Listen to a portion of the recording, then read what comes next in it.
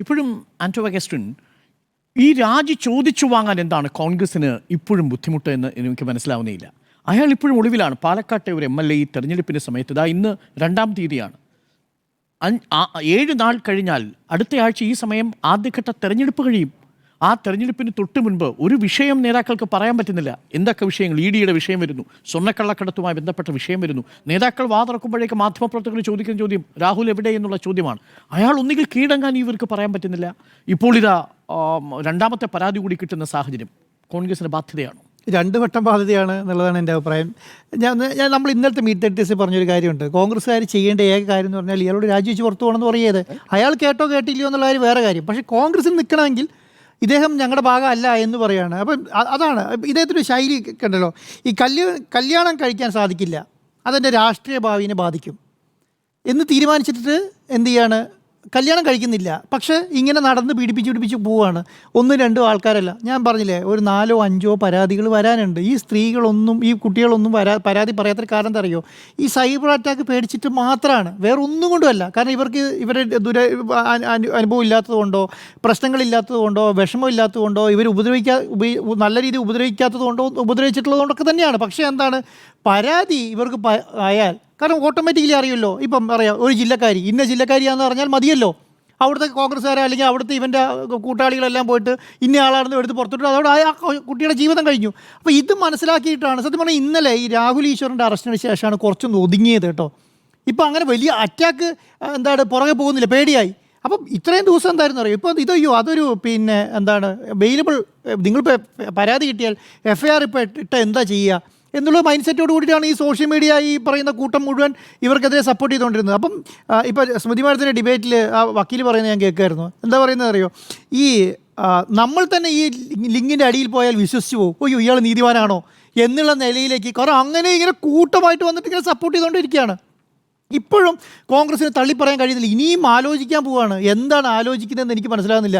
ഇപ്പോൾ ഇത്ര ദിവസം ആലോചിച്ചിട്ട് ഇവർക്ക് കിട്ടിയില്ലേ? ഇത്ര 2-2.5 മാസമായില്ലേ ഇത് കേരളം ചർച്ച ചെയ്യുന്നു. അന്ന് VD സതീശൻ എടുത്ത നിലപാടാണ് ഇന്നും എടുക്കുന്നതെങ്കിൽ ഇന്ന് ബാക്കിയുള്ള നേതാക്കന്മാർ എടുക്കാൻ പറ്റില്ല. ഇന്നും ഷാഫി പറമ്പിലിൻ്റെ ബൈറ്റ് വന്നിട്ട് ഷാഫി പറമ്പിൽ അത് മുൻകൂർ എറിഞ്ഞു പോവാണ് കേട്ടോ. ഒരു പരിധി മുന്നിൽ എറിഞ്ഞു പോവാണ്. എന്താ മുന്നിൽ എറിഞ്ഞു പോകുന്നത്? ഇങ്ങനെ പരാതി വന്നാൽ കോടതി നിയമം അങ്ങനെയാണെങ്കിൽ പിന്നെ അത് ആലോചിച്ച് പിന്നെ എടുക്കും അങ്ങനെയൊക്കെ പറഞ്ഞു പോവുക. അപ്പം എടുക്കണം എന്ന് പറയില്ല, ഇത് രാജിവെക്കണം എന്ന് പറയാനുള്ള തൻ്റെ ഇടം ഇവർ കാണിക്കുന്നില്ല എന്നുള്ളതാണ്. അപ്പോൾ അതാരെയാണ് പേടിക്കുന്നത്? ചിലപ്പോൾ ഈ രാഹുൽ മാങ്കൂട്ടത്തിൻ്റെ കൂടെ ആരൊക്കെ ഉണ്ടായിരുന്നെന്നുള്ള രാഹുൽ മാങ്കൂട്ടത്തിന് നല്ല ബോധ്യം ഉണ്ടാവുമല്ലോ. അതുകൊണ്ട് അത് പേടിച്ചിട്ടാവാം ചിലപ്പോൾ. അതിപ്പോൾ ഞാൻ പറയുന്നത് ഈ പ്രധാനപ്പെട്ട വലിയ നേതാക്കന്മാരെ കുറിച്ചിട്ടല്ല, ഇവരുടെ കൂടെയുള്ള ചെറിയ നേതാക്കന്മാർക്കൊക്കെ അറിയാം രാഹുൽ മാങ്കൂട്ടത്തിൻ്റെ കൂടെ ആരൊക്കെ ഉണ്ടാവും. രാഹുൽ മാങ്കൂട്ടത്തിൻ്റെ ഒരു ചെറിയ കാര്യം പറഞ്ഞാൽ പോരെ, തീർന്നില്ല വെടിക്കെട്ട്. കാരണം രാഹുൽ അങ്ങനെ ഒരു മൈൻഡ് സെറ്റുള്ള ആളായിട്ട് തോന്നിയിരുന്നു എനിക്ക്. പല സമയത്ത് രാഹുലിൻ്റെ പ്രവൃത്തിയും ശൈലിയൊക്കെ അങ്ങനെയാണ്, ഭയങ്കര സൗമ്യനായി പെരുമാറിയിട്ട് ഇങ്ങനെ ഈ രീതിയിൽ കൈകാര്യം ചെയ്തുകൊണ്ടുപോവാണ്. ഇന്നത്തെ പരാതിയൊക്കെ കണ്ടില്ലേ, എന്ത് വൃത്തി. കാരണം ആ പെൺകുട്ടി എന്തുകൊണ്ടാണ് പോലീസിൽ പരാതി കൊടുക്കാത്തത്? എന്തുകൊണ്ടായിരിക്കും? ഇത് അങ്ങനെ അപമാനിതരാവാൻ ഇഷ്ടപ്പെടാത്തതുകൊണ്ടാണ് അതെ പരാതി കൊടുക്കുന്നത്. പക്ഷേ എന്തുകൊണ്ടാണ് ഈ പറയുന്ന ഇദ്ദേഹം ഇനി പൊതുപ്രവർത്തകനായി കേരളത്തിൽ ഉണ്ടാവാൻ പാടില്ല എന്നുള്ളതാണ് കോൺഗ്രസിൽ പരാതി കൊടുക്കുന്നത്. അത് കോൺഗ്രസ് മനസ്സിലാക്കുന്നില്ല എന്നുള്ളതാണ്. ഇങ്ങനെ ഒരു MLA, ഞാൻ പറഞ്ഞൊരു പഞ്ചായത്ത് മെമ്പറായിട്ട് ഇനി രാഹുൽ മാങ്കൂട്ടത്തിന് നിൽക്കാൻ പറ്റുമോ? പഞ്ചായത്ത് മെമ്പറായിട്ട് MLA വേണ്ട, ആ സ്ഥാനം രാജിവെക്കും. ഇനിയിപ്പോൾ എന്തായാലും ഒരു ബൈ ഇലക്ഷൻ ഇല്ലല്ലോ. കോൺഗ്രസിന് ഒരു ബൈ ഇലക്ഷൻ ഉണ്ടോ? ബൈ ഇലക്ഷൻ ഇല്ല. ഇനിയിപ്പോൾ വരുന്ന നിയമസഭാ ഇലക്ഷൻ മാത്രമേ ഉള്ളൂ. അതിനിടയ്ക്ക് ഒന്നും സംഭവിക്കാനില്ല പാലക്കാട്.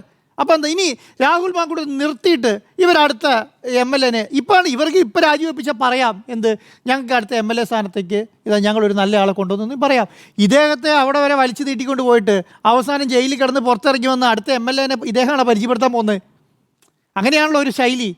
ഒരു MLA രാജിവെച്ച് പോകുമ്പോൾ അടുത്ത MLA വന്ന് ഇതാണ് ഞാൻ കൊണ്ടുവന്ന MLA എന്ന്, ഇതാണ് നമ്മുടെ പിൻഗാമി എന്ന് പറഞ്ഞ് പരിചയപ്പെടുത്ത അങ്ങനെ രാഹുൽ മാങ്കൂട്ടം പരിചയപ്പെടുത്താൻ ഇറങ്ങില്ലല്ലോ. ഇറങ്ങുമോ?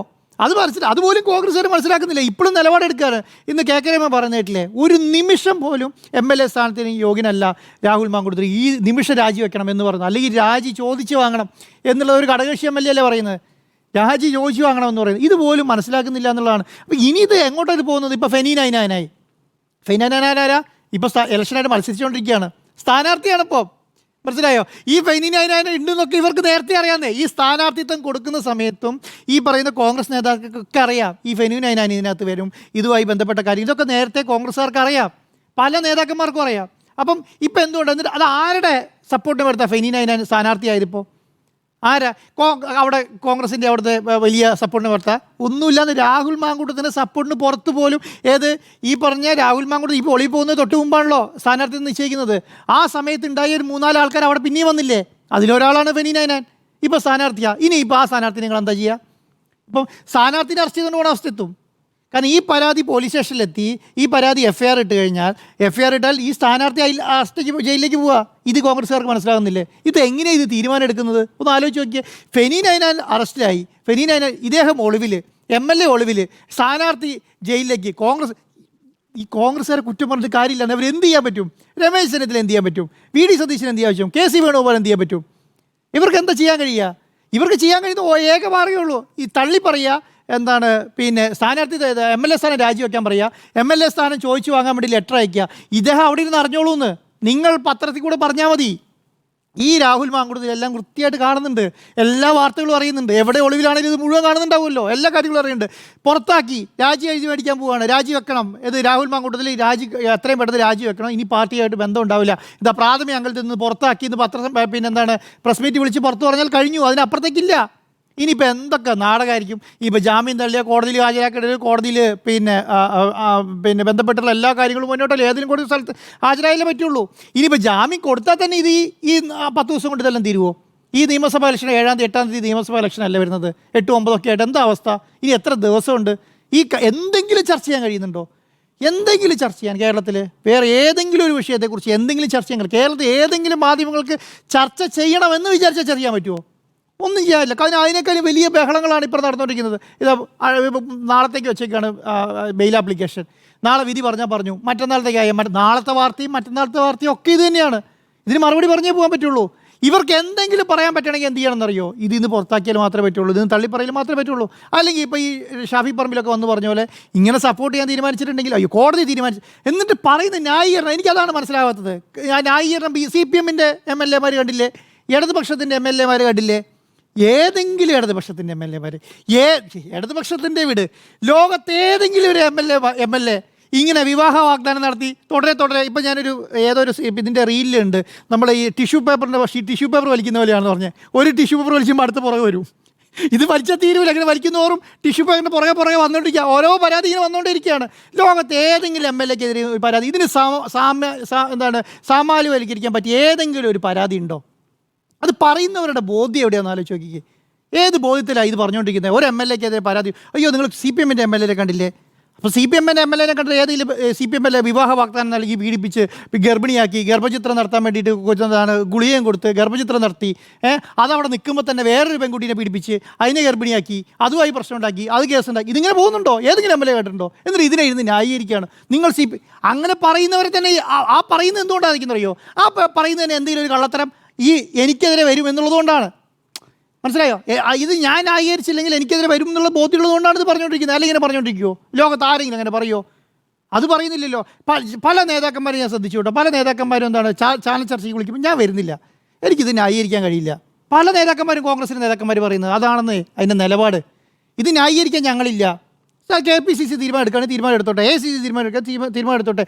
ഇതിൽ വന്ന് പെട്ട ആളാരെന്നറിയും? ഇനി രാഹുൽ ഗാന്ധിക്കാണ് പരാതി. നോക്കിക്കേ, ഇത് നമ്മുടെ രാജ്യത്തിൻ്റെ പ്രതിപക്ഷ നേതാവിൻ്റെ അടുത്തേക്കാണ് പരാതി പോയത്. എന്ത് നിലപാടാണ് സ്വീകരിക്കാൻ പറ്റുക? ഒരു കേരളത്തിലെ ഒരു പെൺകുട്ടീനെ കേരളത്തിലെ ഒരു കോൺഗ്രസ് MLA പീഡിപ്പിച്ചു എന്ന് പറഞ്ഞ് പെൺകുട്ടി പരാതി രാജ്യത്തെ പ്രതിപക്ഷ നേതാവിന് കൊടുക്കുകയാണ്. ആ പ്രതിപക്ഷ നേതാവിനെതിരെ പ്രതിപക്ഷ നേതാവ് എന്ത് നിലപാടാണ് സ്വീകരിക്കുക? കിട്ടിയ മണിക്കൂറുകൾക്കതിരെ എടുക്കണ്ടേ? മിനിറ്റുകൾക്കതിരെ എടുക്കണ്ടേ?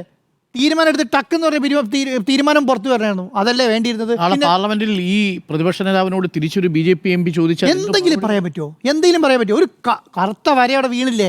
ഈ കറുത്ത വരയിൽ എങ്ങനെ കോൺഗ്രസ് ഇനി നിങ്ങൾ ചോദിച്ചോളൂ. നിങ്ങൾ ഇനി കോൺഗ്രസ് അനുഭവിക്കാൻ പോകുന്നത് അറിയോ? നിങ്ങൾ ഈ ഒരു പീഡന കേസിന് നിങ്ങൾക്ക് ന്യായീകരിക്കാൻ കഴിയില്ല. ഒരു പീഡന കേസിനെതിരെ നിങ്ങൾക്ക് ശബ്ദം ഉയർത്താൻ കഴിയില്ല. ഒരു വനിതാ നേതാക്കന്മാർക്കും ഒരു വനിതാ പ്രവർത്തകയ്ക്കെതിരെ എന്തെങ്കിലും പ്രശ്നം ഉണ്ടായിട്ടില്ല വന്ന് ചോദിക്കാൻ കഴിയില്ല. കാരണം നിങ്ങൾ എന്ത് നിലപാടാണ് സ്വീകരിച്ചത് തിരിച്ച് അപ്പം ചോദ്യം വരില്ലേ? അപ്പോൾ വരില്ലേ? അപ്പോൾ ഇതിനെതിരെ നടപടി സ്വീകരിക്കാതെ നമ്മൾ ജനപക്ഷത്താണ്, ഞങ്ങൾ സ്ത്രീപക്ഷത്താണ്, ഞങ്ങളെ കുട്ടികളുടെ പക്ഷത്താണ് എന്നൊന്നും പറഞ്ഞിട്ട് ഒരു കാര്യമില്ല. ഇപ്പം ഞാൻ പറഞ്ഞില്ലേ, ഇപ്പോൾ കോടതി രാഹുൽ ഈശ്വറിനെതിരെ ഒരു നടപടി സ്വീകരിച്ചുകൊണ്ട് എന്താ സംഭവിച്ചത്? അതൊരു പാടായിന്നേ. എത്ര നാളായിട്ടാണ് കേരളത്തിലെ സോഷ്യൽ മീഡിയ എത്രയോ സ്ത്രീകളെയും ആൾക്കാരെയാണ് മോശവൽക്കരിച്ചിട്ട് മോശക്കാരായി വലിച്ചു കീറിയിട്ടുള്ളത്. വലിച്ചു കീറില്ല. ഈ നിലപാട് ഒരു നേരത്തെ ആരെങ്കിലും എടുത്തിരുന്നെങ്കിൽ എന്താവും? ഇങ്ങനെ ചെയ്യായിരുന്നോ? ഈ യൂട്യൂബ് ചാനലുകളൊക്കെ ഉണ്ടോ, 100-150 കേസ് കിട്ടിയ യൂട്യൂബ് ചാനലുകാർ ഇങ്ങനെ ഇരിക്കുകയാണ്. എന്നെ ഒന്നും ചെയ്യാൻ കഴിയില്ല. 100-150 കേസ് വെച്ചിട്ട് പറയുകയാണ് എനിക്കൊന്നും ചെയ്യാൻ കഴിയില്ല. ഇതെന്താണ്? ഇത് വെറും പെറ്റി കേസാണ്. പൈസ അടച്ചാൽ തീരും. ഞങ്ങൾക്ക് എന്താണ് BNS പ്രകാരം ഞങ്ങളെ ഒരു സോഷ്യൽ മീഡിയയിൽ എന്തും വേണമെങ്കിൽ വിളിച്ചു പറയാം. ഒരാളെ കൊല്ലുന്നതിനേക്കാൾ വേദനയായിരിക്കും കേട്ടോ. ഒരാളെ നേരിട്ട് വന്ന് കുത്തിക്കൊല്ലുന്നതിനേക്കാൾ വേദനയായിരിക്കും ഒരു സോഷ്യൽ മീഡിയ കൂടെ വളരെ മോശമായി രീതിയിൽ അധിക്ഷേപിക്കുന്നത്. അപ്പോൾ ആ അധിക്ഷേപം മുഴുവൻ കേട്ടാലും ആയിക്കോട്ടെ, നിങ്ങൾക്ക് എന്താ ചെയ്യാൻ കഴിയുക? നിങ്ങൾ കൊണ്ട് ഒരു പരാതി കൊടുക്കലേ ഉള്ളൂ. ആ പരാതി കൊടുത്തോ ആ കാര്യം ഞങ്ങൾ നോക്കിക്കോളാം എന്ന് പറയുന്നത് എന്തുകൊണ്ടാണെന്നറിയോ?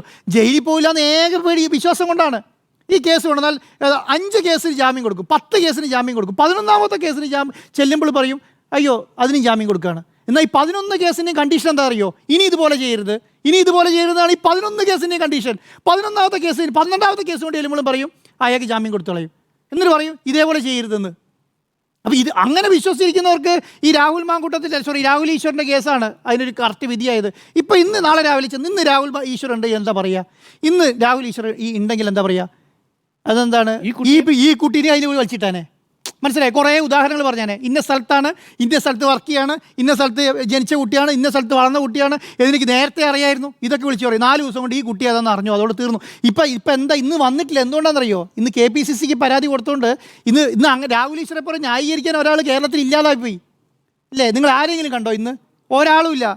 അതാണ് ഒരു കോടതി എടുക്കുന്ന നിലപാടാണ് ഞാൻ പറഞ്ഞത്. ഒരു കോടതി ഒരു തീരുമാനം എടുക്കുമ്പോൾ കിട്ടുന്ന ഗുണമാണ് ഞാൻ പറഞ്ഞത്.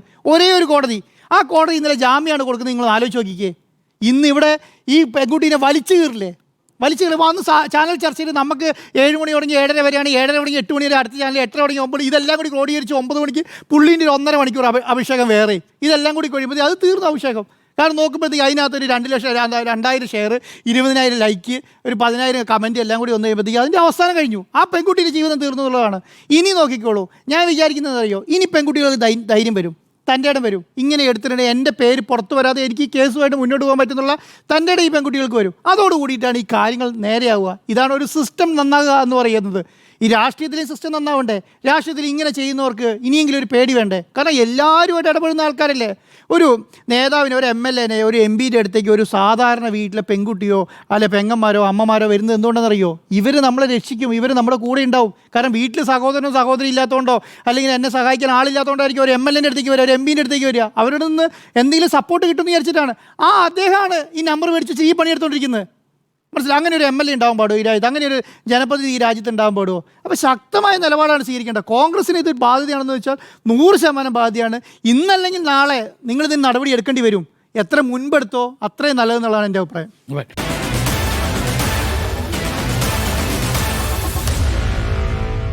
Meet the editors.